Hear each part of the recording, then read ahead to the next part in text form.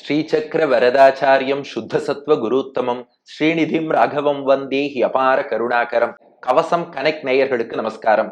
பெரியாழ்வார் திருமொழி 2 முதல் திருமொழி 7 பாசுரத்தை இன்றைய தினம் நாம் காண உள்ளோம். இப்ப நாம வீட்டுல இல்ல, ஆபீஸ்ல இல்ல, வெஹிக்கிள்ல இல்ல, நாம் டிவி முன்னாடி இல்ல, லேப்டாப் முன்னாடி இல்ல, மொபைல் போன் முன்னாடி இல்ல, ஆயர்பாடியில் இருக்கிறோம்.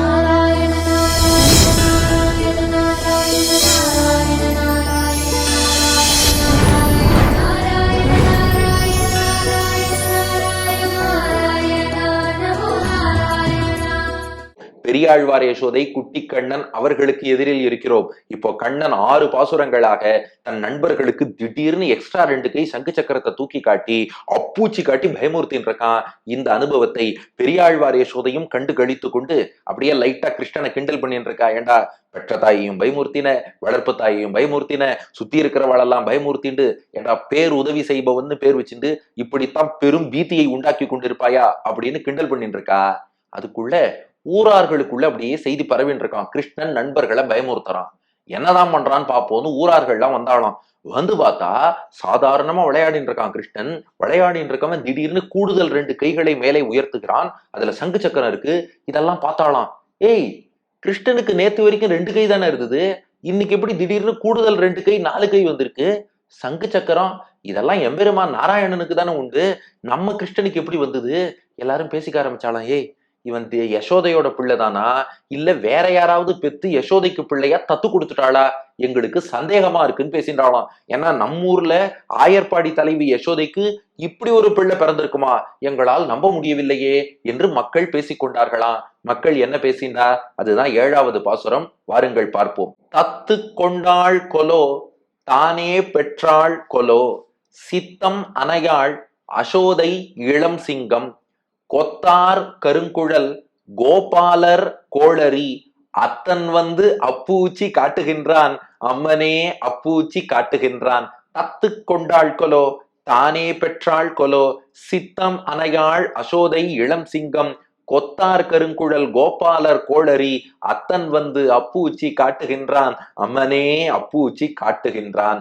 இப்ப மக்கள்லாம் பேசிக்கிறாளா, எங்களுக்கு சந்தேகமா இருக்கு. தத்து கொண்டாள் கொலோ, தத்து கொள்ளுதல் அப்படின்னா நம்ம சொல்றோம் இல்லையா, ஸ்வீகாரம், அடாப்டிங் எ சைல்டுன்னு சொல்றோம் இல்லையா, அதுக்கு தான் தத்து கொள்ளுதல்னு பேரு. தத்தம் அப்படின்னா சான்ஸ்கிரிட்ல கொடுத்தல்னு அர்த்தம், அதுதான் தமிழ்ல தத்துன்னு சொல்றோம். தத்து பிள்ளை அப்படின்னா தத்தம், இன்னொருத்தர் கொடுத்து தான் பெற்றுக்கொண்டது, அடாப்ட் பண்ணி ஸ்வீகாரம் பண்ணி இவர் வளர்ப்பதுன்னு அர்த்தம். தத்து கொண்டாள் கொலோ, கொலோ அப்படின்னா ஒருவேளை அப்படி செய்திருப்பாளோ அப்படின்னு கேட்கிறாளாம். தத்து கொண்டாள் கொலோ, ஒருவேளை சப்போஸ் இந்த யசோதை வேற யாராவது இந்த குழந்தைய பெத்து உண்மகனாக வளர்த்துக்கொள் அப்படின்னு ஸ்வீகாரம் கொடுத்திருப்பாளோ, அல்லது உண்மையாகவே நாமெல்லாம் நினைக்கிற மாதிரி தானே பெற்றாள் கொலோ, தானே உண்மையாக யசோதையே பெற்றிருப்பாளா என சந்தேகமா இருக்கே. திடீர்னு 4 கையெல்லாம் காட்டுறான், சங்கு சக்கரத்தை உயர்த்துறான். தானே யசோதை தானே தன் கர்ப்பத்துல கர்ப்பவாசம் பண்ண வைத்து பெற்றாள் கொலோ, தன் மகனாக பெற்றிருக்க கூடுமோ, அதற்கு வாய்ப்பு இருக்கா அப்படின்னு பேசின்றாளாம். இது மணவாள மாமுனிகள் வியாக்கியானம் பண்றார். அப்ப ஜனங்கள்ல ஒரு சாரார் சொன்னாலாம், இவன் யசோதையோட பிள்ளையான்னு எங்களுக்கு ரொம்ப நாளாவே சந்தேகம்தான். ஏன்னா உங்களுக்கு அந்த இரவு ஞாபகம் இருக்கான்னு கேட்டா. எந்த இரவு? கிருஷ்ணன் அவதரித்த இரவு, ஆவணி ரோகிணி அஷ்டமி திருநாள், அந்த நள்ளிரவு. அப்ப என்ன எடுத்து, யசோதைக்கு மகளாக பிறந்தவள் விஷ்ணு துர்கையான யோகமாயை. ஆனா அந்த யோகமாயை என்ன பண்ணிட்டா, எல்லாரையும் தூக்கத்துல அழுத்திட்டா. யசோதைக்கு பிரசவம் ஆறுது, குழந்தை ஆனா பெண்ணான்னு பார்க்கல, யசோதை தூங்கிட்டா. பிரசவம் பார்த்த டாக்டர் நர்ஸ் எல்லாம் குழந்தை ஆனா பெண்ணான்னு பார்க்கல, தூங்கிட்டா. நந்தகோபர் வெளியில காத்துன்னு இருக்கார். ஐயோ, குழந்தை நல்லபடியா பிறக்கணும், என் மனைவி ரொம்ப நாள் கழிச்சு கர்ப்பமாயிருக்கா, அவளுக்கு திருமணமாகி ரொம்ப நாள் குழந்தை கிடையாது. நந்தகோபர் யசோதைக்கு ரொம்ப நாள் கழிச்சு பிரசவ வலி வந்திருக்கு, நல்லபடியா குழந்தை பிறக்கணும், எல்லாம் அவர் எதிர்பார்த்துட்டு இருக்கார். நந்தகோபர் தூங்கிட்டார். ஊர்ல உள்ள அத்தனை பேரும் எங்க தலைவர் நந்தகோபருக்கு ரொம்ப நாள் கழிச்சு ஒரு குழந்தை பிறக்க போறதுன்னு சொல்லி அவளோட இருந்தா. அத்தனை பேரும் தூங்கிட்டா. இரவு என்ன நடந்ததுன்னு யாருக்குமே தெரியாது. அடுத்த நாள் கார்த்தால முழிச்சுட்டு பாக்குறா, யசோதைக்கு பக்கத்துல ஒரு கருப்பா ஆண் குழந்தை இருக்கு. யாரு? நம்ம கிருஷ்ணன். அந்த டாக்டர் நர்ஸ் எல்லாம் தூங்கி எழுந்துட்டு பாக்குறா, ஆஹா ஆண் குழந்தை பிறந்திருக்கு.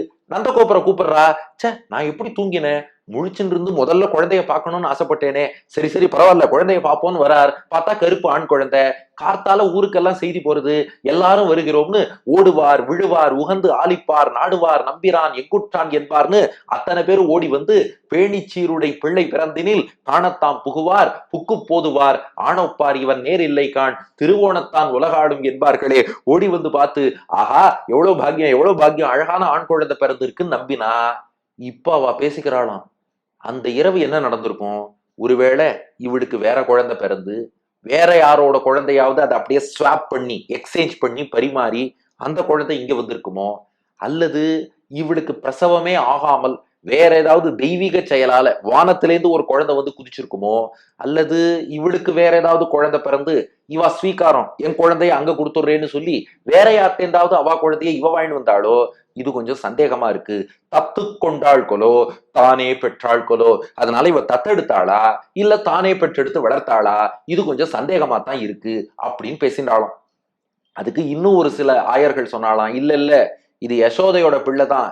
ஏன்னா மனசு ரெண்டு பேருக்கும் ஒத்து போயிருக்கு பாருங்க.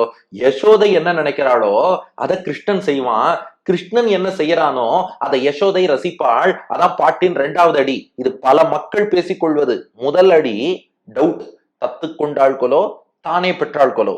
2வது அடி வேறு சிலர் சொல்றா, சித்தம் அணையாள் யசோதை இளம் சிங்கம். சித்தம்னா மனசுன்னு அர்த்தம், அணையாள் அப்படின்னா பொருந்தி இருக்கக்கூடியன்னு அர்த்தம். சித்தம் அணையாள்னா கருத்து ஒத்து இருக்கக்கூடிய, யாரோட, கிருஷ்ணனோடு. யசோதை நினைப்பதைத்தான் கிருஷ்ணன் செய்வான், கிருஷ்ணன் என்ன செஞ்சாலும் அது சரின்னு யசோதை ரசிப்பாள். சித்தம் அணையாள்னா மனசு ஒத்து போயிருக்கான். கிருஷ்ணனுக்கும் யசோதைக்கும் உள்ள மன பொருத்தத்தை பாருங்க. இன்னைக்கு தாயின் கர்ப்பத்திலேயே பிறந்த பிள்ளைங்கிறோம், அம்மா ஒரு மாதிரி யோசிக்கிறா, பையன் ஒரு மாதிரி யோசிக்கிறான். ஆனா பெரியாழ்வார் யசோதைக்கும் கிருஷ்ணனுக்கும், அது அந்த யசோதை கிருஷ்ணனா இருந்தாலும் சரி, நம்ம பெரியாழ்வார் யசோதை கிருஷ்ணனா இருந்தாலும் சரி, சித்தம் அணையாள். மனசு எவ்வளவு தூரம் ஒத்து போயிருக்கு தெரியுமோ. அதுக்குள்ள இன்னொருத்தர் கேட்டாலாம், மனசு எந்த விதத்துல ஒத்து போயிருக்குன்னு கேட்டா இவ சொல்றா, அசோதை இளம் சிங்கம். அந்த யசோதையனுடைய இளம் சிங்கமா கிருஷ்ணன் இருக்கானே. இங்க இளம் சிங்கம்னா என்னன்னா, மணவாள மாமுனிகள் வியாக்கியானம் பண்றார், இந்த சிங்கக்குட்டி இருக்கே அதை யாராலையும் கண்ட்ரோல் பண்ணவே முடியாதான். பொதுவா கண்ணுக்குட்டிக்கே இளம் கன்று பயமறியாதும்பா. இது அசோதை இளம் சிங்கம், சிங்கக்குட்டி. கண்ட்ரோலே இல்லாம விஷமம் பண்ணுவானாம். கிருஷ்ணன் விஷமம்லாம் ஆரம்பிச்சுட்டான்னா கொஞ்ச நஞ்ச விஷமம் எல்லாம் கிடையாது. ஒவ்வொரு வீடா போவான், வெண்ணப்பானை எங்க இருக்குன்னு பார்ப்பான், வெண்ணையை திருடுவான், ஓங்கி ஒரு பாறையில அந்த பானையை போட்டு உடைப்பான். அதுக்கப்புறம் குழந்தை எங்கேயாவது தூங்கிட்டு இருந்தா அதை போட்டு கிள்ளுவான், திடீர்னு முற்றத்துல குதிப்பான். அதுக்கப்புறம் அந்த பெண்கள் யாரா 2 பேர் நடந்து போனா அவ பின்னலுக்குள்ள முடிச்சு போட்டு விட்டுடுவான். 2 பேரும் வீட்டுக்கு திரும்பி போலான்னு பார்த்தா இவ அவளை இழுப்போ அவ இவளை இழுப்போ, கூந்தலுக்குள்ள முடிச்சு போட்டிருக்கோம். அதுக்கப்புறம் ஆற்றங்கரை பக்கம் போவான், தண்ணீர் பிடிக்க யாராவது போனா கல்லால் அடிச்சு அந்த குடத்துல ஓட்ட. கொஞ்ச நஞ்ச விஷமமா பண்ணுவான் அவன், மொத்தமாவே விஷமம். தீம்பே வடிவெடுத்தவன். அதனாலதானே அரட்டன்னு பெரியாழ்வார் யசோதையே ஒரு பேர் வச்சுட்டா. அரட்டுன்னா விஷமம், அரட்டன் விஷமக்காரன், அதுதான் அவனுடைய பேர். ஆனா இந்த யசோதை இருக்காளே, இவன் இத்தனை விஷமம் பண்ணாலும் இளம் சிங்கம், சிங்கக்குட்டி இல்லையோ இல்லையோ, அது கண்ட்ரோலே ஆகாதோ இல்லையோ. யசோதை என்ன பண்ணுவாளா, என் குழந்தை எவ்வளவு அழகா விஷமம் பண்றது பார்த்தேளா அப்படின்னு உட்காந்து ரசிச்சுட்டு இருப்பாளாம். அஞ்ச உரப்பாள் அசோதை ஆனாட விட்டுட்டு இருக்கும்னு பாசுரம். இப்ப இவெல்லாம் பேசிக்கிறாளாம், எந்த குழந்தையாவது இவ்வளவு விஷமம் பண்ணா அம்மா தட்டி கேட்கணுமா இல்லையா, ஏன்டா இவ்வளவு விஷமம் பண்ற, ஒழுங்கா இருன்னு சொல்லணுமா இல்லையா.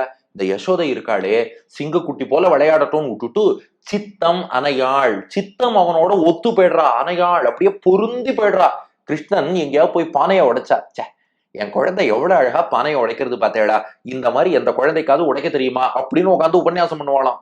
அவன் போய் வெண்ணையை திருடினான்னா, ஓ திருடினாடா, எவ்வளவு நன்னா திருடி இருக்க, ஆஹா எவ்வளவு அழகா சாப்பிட்டு இருக்க. கிருஷ்ணா நீ சாதாரணமா இருக்கிறத விட வாயை சுத்தி வெண்ணைய பூசின்னு வந்தாதான்டா அழகா இருக்கு அப்படின்னு இவளே என்கரேஜ் பண்றாளாம். இப்படி இவன் சிங்கக்குட்டி போல விஷமம் பண்ண, அவள் கருத்து ஒத்து போய் இருந்து இவனை என்கரேஜ் பண்ண.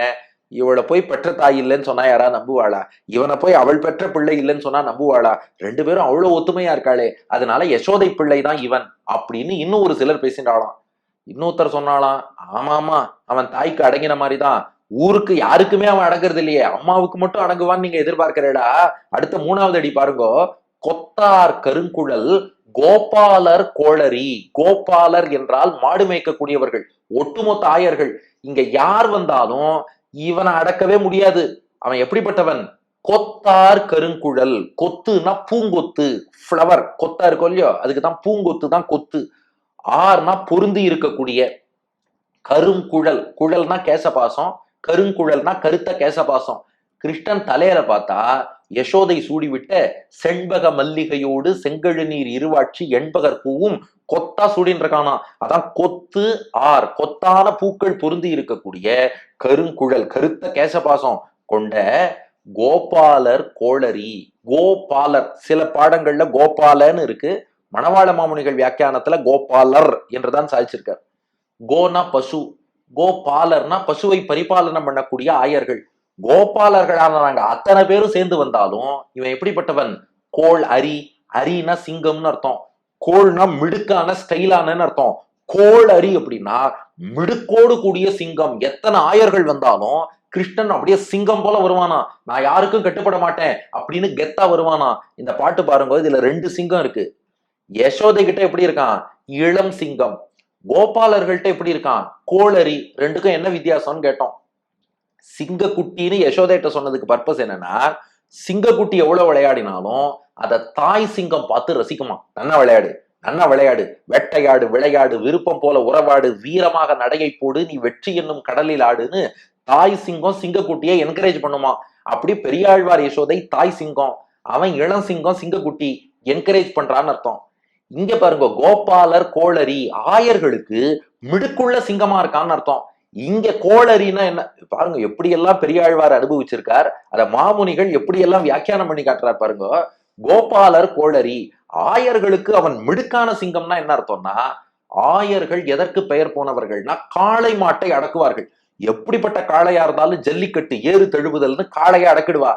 ஆனா சிங்கம் வந்ததுன்னா ஆயர்கள்லாம் பயந்து ஓடிடுவாப்பா, இதை நம்ம அடக்க முடியாதுன்னு. அது போல கிருஷ்ணன் அப்படி கெத்தா சிங்கம் போல நடந்து வருவானா. அந்த சிங்க நடை போட்டு நடந்து வரத பார்த்தா இத நம்மளால அடக்க முடியாது. அப்பா தயிர் போனா போகட்டும், வெண்ணெய் போனா போகட்டும், பானை போனா போகட்டும், நாங்க ஓடிடுறோம், அவாவா ஓடிடுவாளாம். அப்ப யசோதைக்கு சிங்கக்குட்டி போல இருந்து விளையாடி அவளை ரசிக்க வைக்கிறான். எங்களுக்கெல்லாம் ஒரு கோளரி மிடுக்கான சிங்கம் போல வரான், நாங்கெல்லாம் மாட்டத்தான் அடக்கி பழக்கம், இவனை எங்களால அடக்க முடியாதுன்னு பயந்து ஓடுறோம். அதனால அவ சொன்னாலாம், இத்தனை பேருக்கு அடங்காதவன் யசோதை ஒருத்திக்கு மட்டும் அடங்குவான்னு எதிர்பார்க்கிறேடா, இவன் யாருக்கும் அடங்க மாட்டான். இன்னொரு சாரார் சொன்னார், அப்படி இல்ல, தாய்க்கு அடங்காதவன் யாருக்குமே அடங்க மாட்டான் தானே, முதல்ல அம்மாவுக்கு அடங்கினா தானே மத்தவாளுக்கு அடங்குவான் அப்படின்னு பேசிண்டா. அதனாலதான் சொன்னாலாம், அதனாலதான் சந்தேகமா இருக்கு. அப்போ இவ்வளவு தூரம் ஒரு சின்ன பையன், இப்பதான் 2-2.5 வயசு ஆறுது, இவனை பார்த்து ஊரே நடுங்கிறது. சிங்கம் போல வரான் கோபாலர் கோளரி, கொத்தார் கருங்குழல். ஒரு பக்கம் அழகு, அழகான பூக்களால் அலங்கரிக்கப்பட்ட கேசபாசம், கருத்த கேசபாசம். இன்னொரு பக்கம் கோளரின் சிங்கம் போல வரான். அதனாலதான் டவுட்டா இருக்கு, இவன் தான் தெய்வமா இருப்பானோ. அத்தன், அத்தன்னா சுவாமி, தெய்வம்னு அர்த்தம். அத்தன் அப்படிப்பட்ட நம்முடைய தலைவன். இவனை பார்த்தா சாதாரணமானவனாக தெரியவில்லை, சங்கு சக்கரம் காட்டுறான், 4 கையோடு இருக்கான், இவன் இறைவனாகத்தான் இருக்க வேண்டும். அந்த இறைவன் இப்ப எல்லாரும் சொல்றானா, வந்து அப்பூச்சி காட்டுகின்றான். ஏ வாங்கப்பா வாங்கப்பா எல்லாரும் பாருங்க, அத்தன் வந்து அப்பூச்சி காட்டுகின்றான், அவன் பயமுறுத்துறான், அப்பூச்சி காட்டுகின்றான், அம்மனே அப்பூச்சி காட்டுகின்றான். ஐயோ கிருஷ்ணன் 4 கை சங்கு சக்கரம் தூக்கி காட்டி, அம்மனே அம்மனே, அச்சோ அச்சோ, அப்பூச்சி காட்டுகின்றான், அப்பூச்சி காட்டுகின்றான்னு ஊராரெல்லாம் பேசுகிறார்கள். அதுதான் 7வது பாசுரம். தத்து கொண்டாள் கொலோ, தானே பெற்றாள் கொலோ, சித்தமனையாள் அசோதை இளம் சிங்கம், கொத்தார் கருங்குழல் கோபாலர் கோளரி, அத்தன் வந்து அப்பூச்சி காட்டுகின்றான், அம்மனே அப்பூச்சி காட்டுகின்றான். இவ என்ன தத்தெடுத்தாளா, இல்ல தானே பெற்று வளர்க்கிறாளா? ஆனா யசோதை மனசு மட்டும் கிருஷ்ணனோட ஒத்து போயிருக்காளே. அவள் பெற்றெடுத்த இளம் சிங்கமாக விஷமம் பண்ணுபவன், பூங்கொத்துகளை தன்னுடைய கேசபாசத்தில் சூடி இருக்கக்கூடிய ஆயர்களின் மிடுக்கான சிங்கம், அந்த தலைவன் இறைவன் இப்ப அப்பூச்சி காட்டுறான், அச்சோ அச்சோ அப்பூச்சி காட்டுறாங்கிறது திரண்ட பொருள். அடியேன் வழங்கும் ஆங்கில வடிவம். Did Yashoda adopt this child, or did she give birth to this child by herself? But Yashoda's thoughts always coincide with the thoughts of this child, who is like a lion cub. The child with his locks of hair adorned with flocks of flowers, he is like a lion to all the cowherds. That Lord is now showing Apuchi and frightening his friends. Oh my God, he is showing Apuchi and frightening his friends என்பது இதற்கான ஆங்கில வடிவம். இனி இதற்கு அடுத்த பாசுரம். இந்த செய்தி கேள்விப்பட்டு ஆச்சாரியன் கர்காச்சாரியர் வந்துடுறார். அவர் தான் ஆயர்களுக்கெல்லாம் குலகுரு. அவர் கவனிச்சாராம், அவர் ஒரு ரகசியம் சொன்னாராம். இந்த அவதாரம்னு இல்ல, போன அவதாரத்திலையும் இப்படித்தான் இவன் பயமூர்த்தினான்னார். போன அவதாரத்துல யார பயமூர்த்தினா? அடுத்த 8வது பாசுரத்தில் காண்போம். பெரியாழ்வார் திருவடிகளே சரணம்.